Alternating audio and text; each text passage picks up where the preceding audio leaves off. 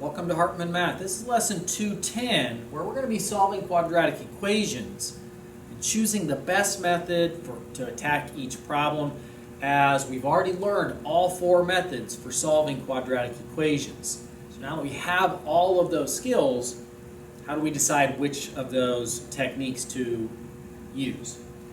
So we're going to want to start off looking at the square root method first. That should be the first one you look at. So if it doesn't have x, so it's got x squared but no x, or it's got x but it's quantity something squared like this one and there are no other x's, we want to isolate, we want to square root both sides, and all of that.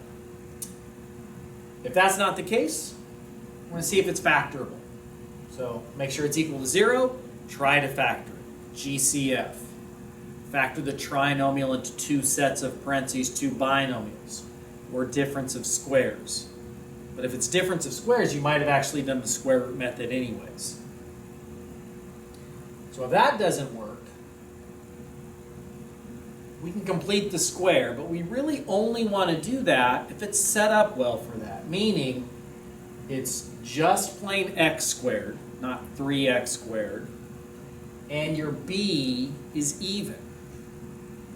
Because then it's easy to divide by 2 and square it and not get something kind of messy. If none of those work, if we tried that, no, tried that, no, tried that, no, our last resort is the quadratic formula. Because if we use the quadratic formula, and it should have been done by one of these, usually the simplifying on the quadratic formula is really challenging. We'd like to avoid that by using a better method. So let's look at some problems. Think about it. See if you can choose a good method here. Work it out. Pause until you're ready. All right, our first thought might be, well, it's got x, so I'm not going to go for the square root method. I can try to factor this. X minus 2, x plus 5, something like that, or 1 and 10. But I'm never going to get that minus 6x, so factoring doesn't work. How about complete the square? I think that's the way we want to go. It's got just plain x squared. It's got an even b value. So let's do complete the square, where we take the constant, add 10 to both sides. Now we complete the square, divide the new b by 2, get negative 3. Square that, you get positive 9. Let's add 9 to both sides.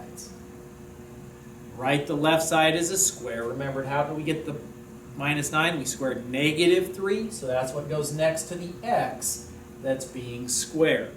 If I did this multiplication, I would actually get this above. 10 plus 9 is 19. I want to undo the squaring by square rooting both sides, and that means plus or minus. And then I want to add 3, and I like to do that in front of the plus minus. 19, we'd simplify, we'd break it down if we could, but 19 is a prime number, so we're just going to leave it as is.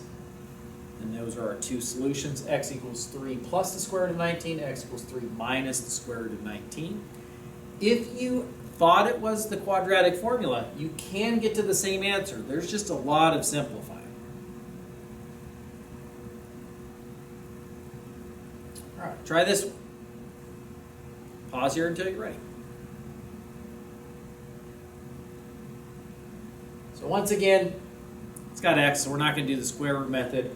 We could try to factor this x and x in the parentheses. How could we make the negative 55? There are different ways, but one of those ways is maybe a minus 11 and a plus 5, and that does work.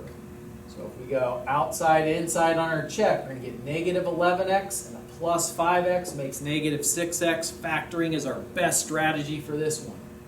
Once we've got it factored, split them apart. Set your factors equal to 0. Solve for x. We get x equals negative 5, x equals positive 11, and those are our solutions.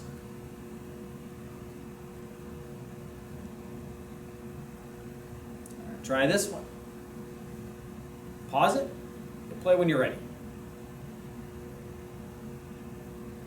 All right, once again, we got the x, so it's not going to be the square root method. We could try to factor, parentheses, parentheses, x, x. Not a whole lot of ways to make -2. It's going to have to be a -1 and a -2. We do outside inside check on that. That's only going to make a -3x. It did not work. It's not going to be factorable by our normal technique, so not factorable. What about complete the square? Good here, but with this being odd, probably makes complete the square too messy. So let's, last resort, let's do the quadratic formula. A is 1, B is -9, C is 2. Into the quadratic formula we go. Notice the nice long fraction bar. 2 times 1 on the bottom, 2 times A. Opposite of B goes here. And we got the parentheses around the -9 being squared because we want our calculator to tell us that that's going to be 81. If we don't have the parentheses, the calculator is going to tell us -81. So we would type this part into the calculator, not the root. The -9 squared minus 4 times 1 times 2, we're going to get 73. And that does not have any factors that are perfect squares. We could break that down, so that's as far as we're going to go. That's it for today. I'll see you next time.